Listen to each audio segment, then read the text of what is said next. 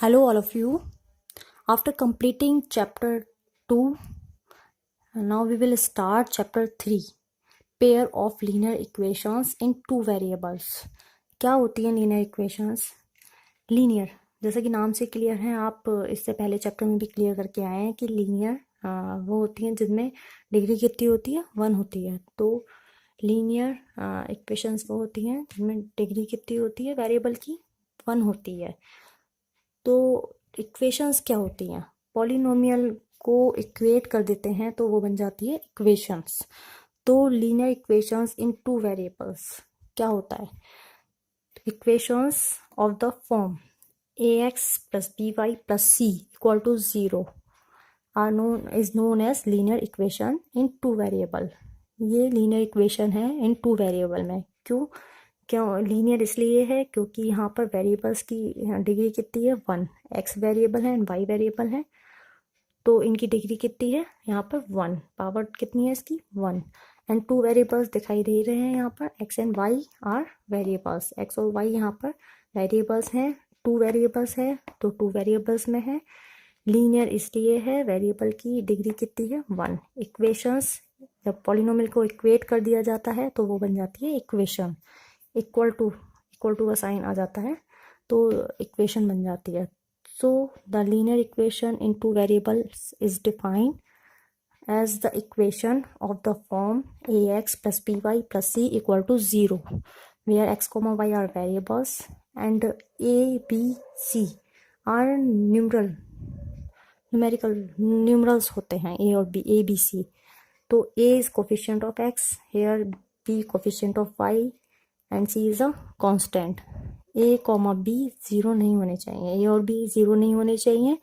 अगर a और b 0 हो जाते हैं तो ये पूरी टर्म 0 हो जाएंगी, ये पूरी टर्म 0 हो जाएंगी, तो वेरिएबल वाली टर्म ही नहीं बचेगी। तो linear equation of two variable कहना मुश्किल होगा इसको फिर। तो एग्जाम्पल पे आते हैं इसके। तो एग्जाम्पल क्या है, 2x plus 3y equal to 4। इसको लीनियर इक्वेशन कहा जा सकता है in two variable. A B C जहाँ पर क्या है, 2 3 एंड 4 को इस साइड लेते हैं तो किस तरह से लिखा जाएगा उसको, 2x plus 3y minus 4 equal to 0। तो अब इसकी कंपेयर की जा सकती है ax plus by plus c के साथ।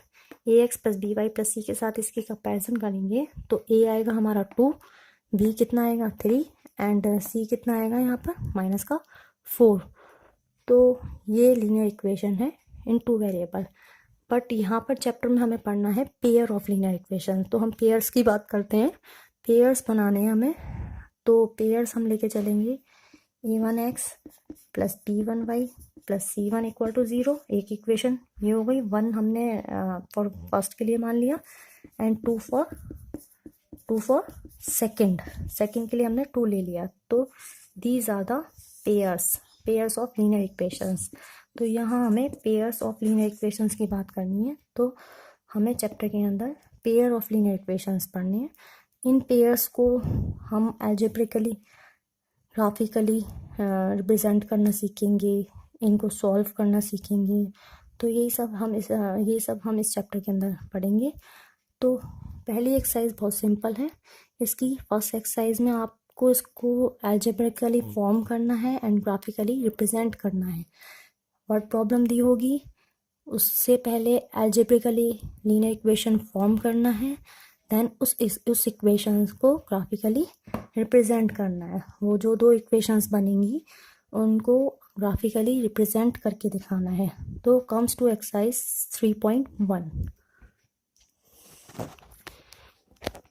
3.1 एक्सरसाइज क्वेश्चन नंबर 1। तो क्वेश्चन नंबर 1 रीड करते हैं। What is question number 1? Yes, question number 1, Aftab tells her daughter, 7 years ago, I was 7 times as old as you were then. Aftab अपनी बेटी से कहता है कि 7 साल पहले मैं 7 टाइम्स था तुम्हारी एज का।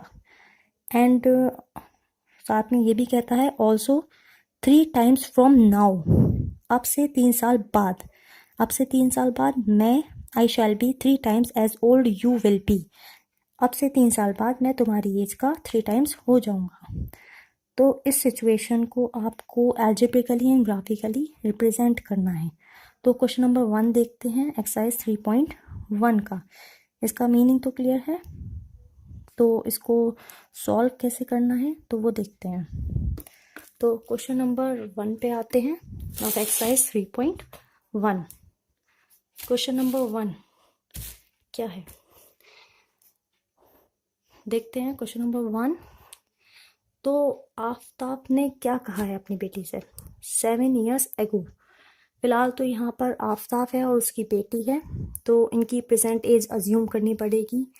तो एक को एक्स ले लेते हैं, एक को वाई ले लेते हैं। वेरिएबल्स एक्स और वाई मेनली अज्यूम किया जाता है। आप ए और बी भी लेट कर सकते हैं, आप ए और बी भी कंसीडर कर सकते हैं।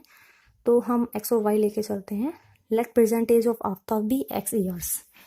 Late Aftab's present age be x years. कितनी मान ली? X years. And daughter's present age भी वाई ईयर्स। डॉटर की प्रेजेंट एज हमने मान ली y years. Then according to question, situation के अकॉर्डिंग हम इक्वेशन फॉर्म करेंगे। सिचुएशन में उसने क्या कहा है कि 7 years ago, 7 साल पहले। एगो मीन्स होता है पहले, 7 साल पहले। तो दोनों की एज को 7 साल पहले किया जाए। 7 साल पहले 7 years ago। सो 7 years ago हमने कर दिया, दोनों की एज को 7 years पीछे ले गए हम। तो आफ्ताब कहता है कि 7 साल पहले, एक्स वाला आफ्ताब है, तो आफ्ताब 7 साल पहले 7 years ago क्या कहा था उसने? I was 7 times as old as you were then. मैं 7 times था तुम्हारी एज का 7 साल पहले। तो 7 साल पहले आफ्ताब की एज x-7 हुई। वो अपनी बेटी की एज का कितना था? 7 times। इसकी एज का कितना? 7 times। तो आफ्ताब जो था 7 साल पहले अपनी डॉटर की एज का 7 times था।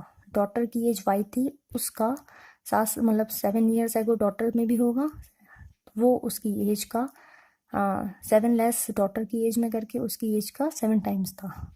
तो 7 साल पहले आफ्ताब अपनी बेटी की एज का 7 times था।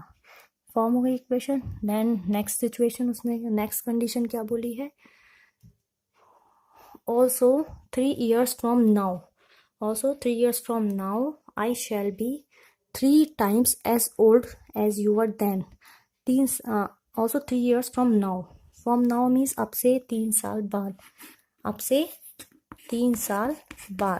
तो 3 साल बाद करते हैं दोनों में।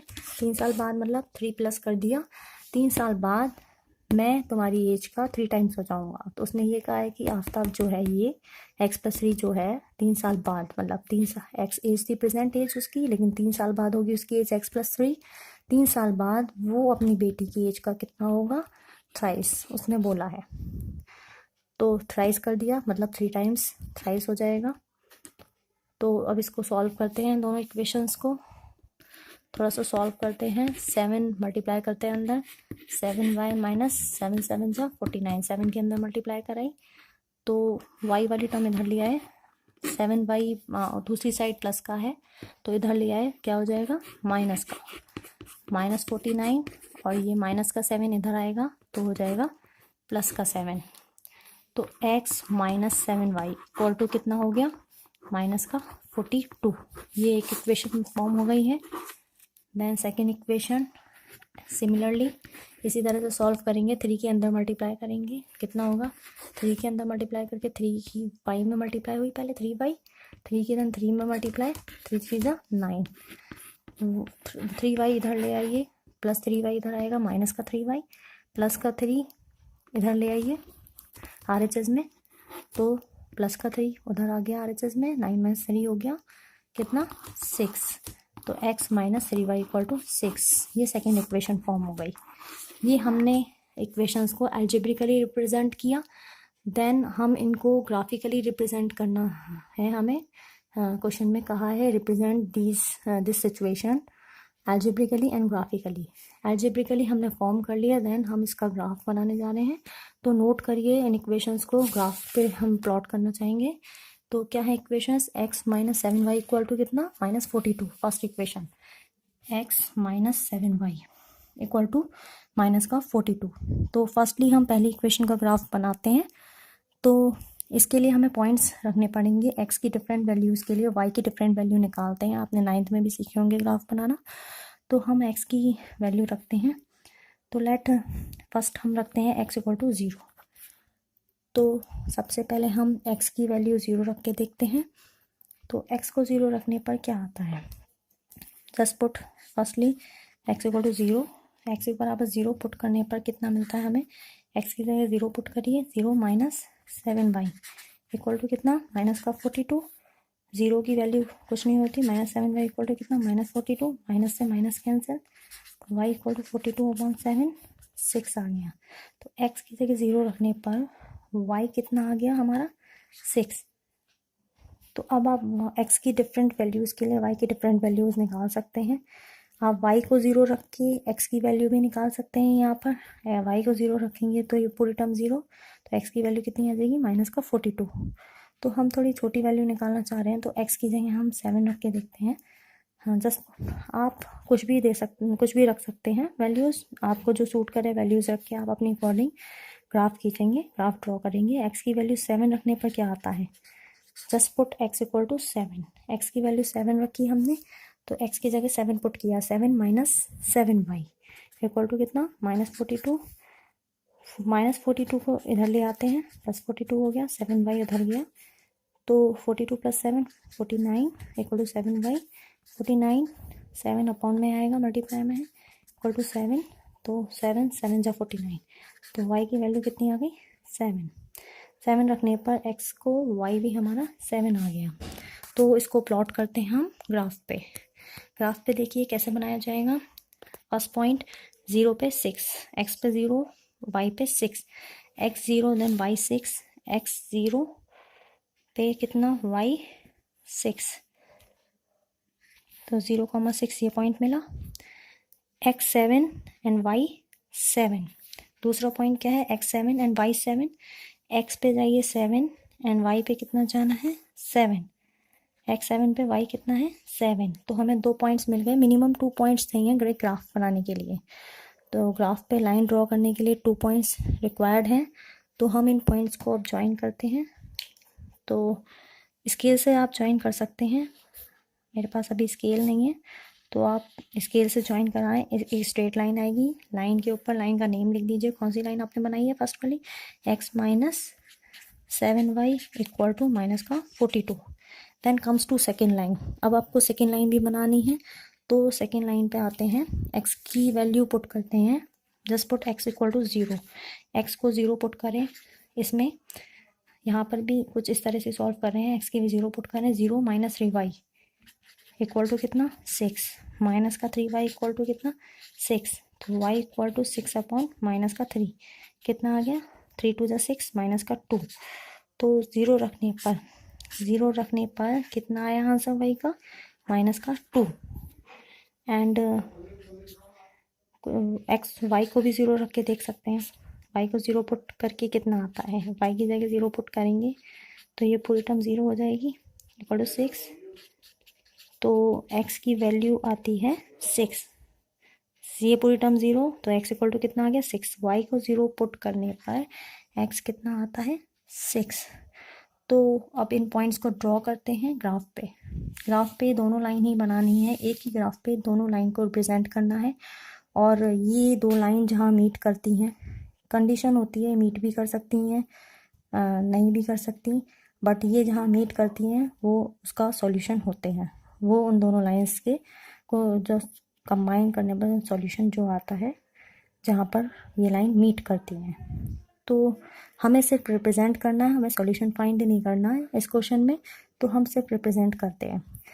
तो इसका पॉइंट क्या है, फर्स्ट 0 पे माइनस का 2, 0 माइनस 2, 0 पे x पे कितना 0, y पे -2, तो x पे 0 y पे -2, this is the point. Then second point 6 पे 0, 6 पे 0 मतलब x 6 है एंड y कितना है 0, x 6 है एंड y कितना है 0। तो पॉइंट दोनों ड्रॉ कर दिए हैं। Then draw the line, scale से ड्रॉ करें आप, एक स्ट्रेट लाइन आएगी। देन इसका नेम, हमने कौन सी लाइन ड्रॉ करी है, इस पे लाइन डाल दीजिए, x - 3y इक्वल टू कितना 6, this is the second line. So in this way we have plot the two lines. हम इसको आगे बढ़ा सकते हैं, ये जहाँ लाइन मीट करेंगी वो सॉल्यूशन होगा इसका। हमें सॉल्यूशन लेकिन फाइंड नहीं करना, तो हमें रिप्रेजेंट करना था, हमने कर लिया। तो इसी तरह से second question, second third fourth सारे क्वेश्चंस इसी तरह से होने, फोर्थ नहीं है, सेकंड एंड थर्ड है, तो सेकंड थर्ड क्वेश्चन इसी तरह से करने हैं। तो क्वेश्चन नंबर सेकंड रीड किया जाए। इक्वेशन मैं फॉर्म कर देती हूँ, आप लाइन ग्राफ बना के देखिए। Second question, a coach of cricket team buys 3 bats and 6 balls। 3 bats and 6 balls cost कितनी होती है इनकी, कॉस्ट कितनी आती है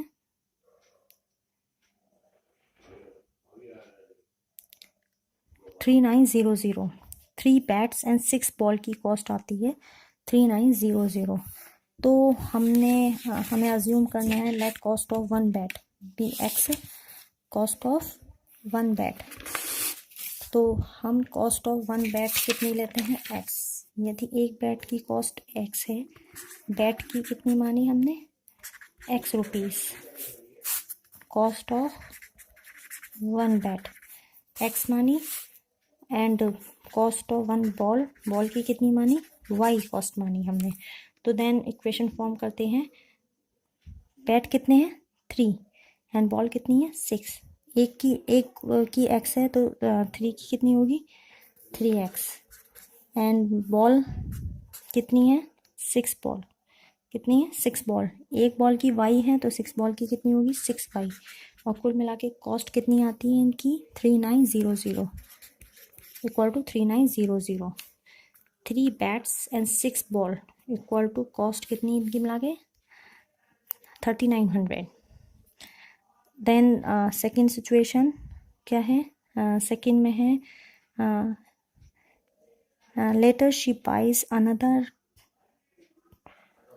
कितना, अनदर बैट मतलब एक बैट और लिया, एक बैट लिया, 2 मोर बॉल्स, एक बैट और 2 बॉल ली हैं, एक बैट की x और 2 बॉल ली हैं, बॉल की y, तो 2 बॉल ली हैं तो 2y, और कॉस्ट कितनी है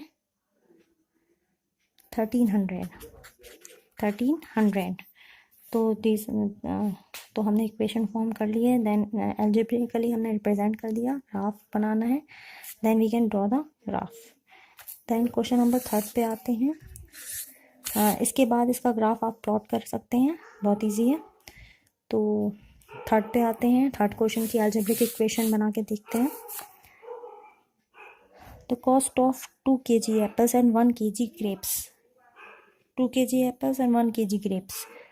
तो हमें कॉस्ट प्लेट करनी पड़ेगी 1 के लिए अज्यूम करना पड़ेगा, और जितने के लिए दे रखा है वो हम बनाएंगे ही equation. Let cost of 1 kg apple be x and 1 kg grapes be y। तो लेट कॉस्ट ऑफ क्या 1 kg apples be x rupees and cost of 1 kg grapes be y rupees. तो कितने खरीदे हैं उसने, the cost of 2 kg apples and 1 kg grapes. 2 kg apples and 1 kg grapes की cost कितनी है 160 रुपये, 160 rupees. 2 kg apples and 1 kg grapes equal to कितना 160 रुपीज़।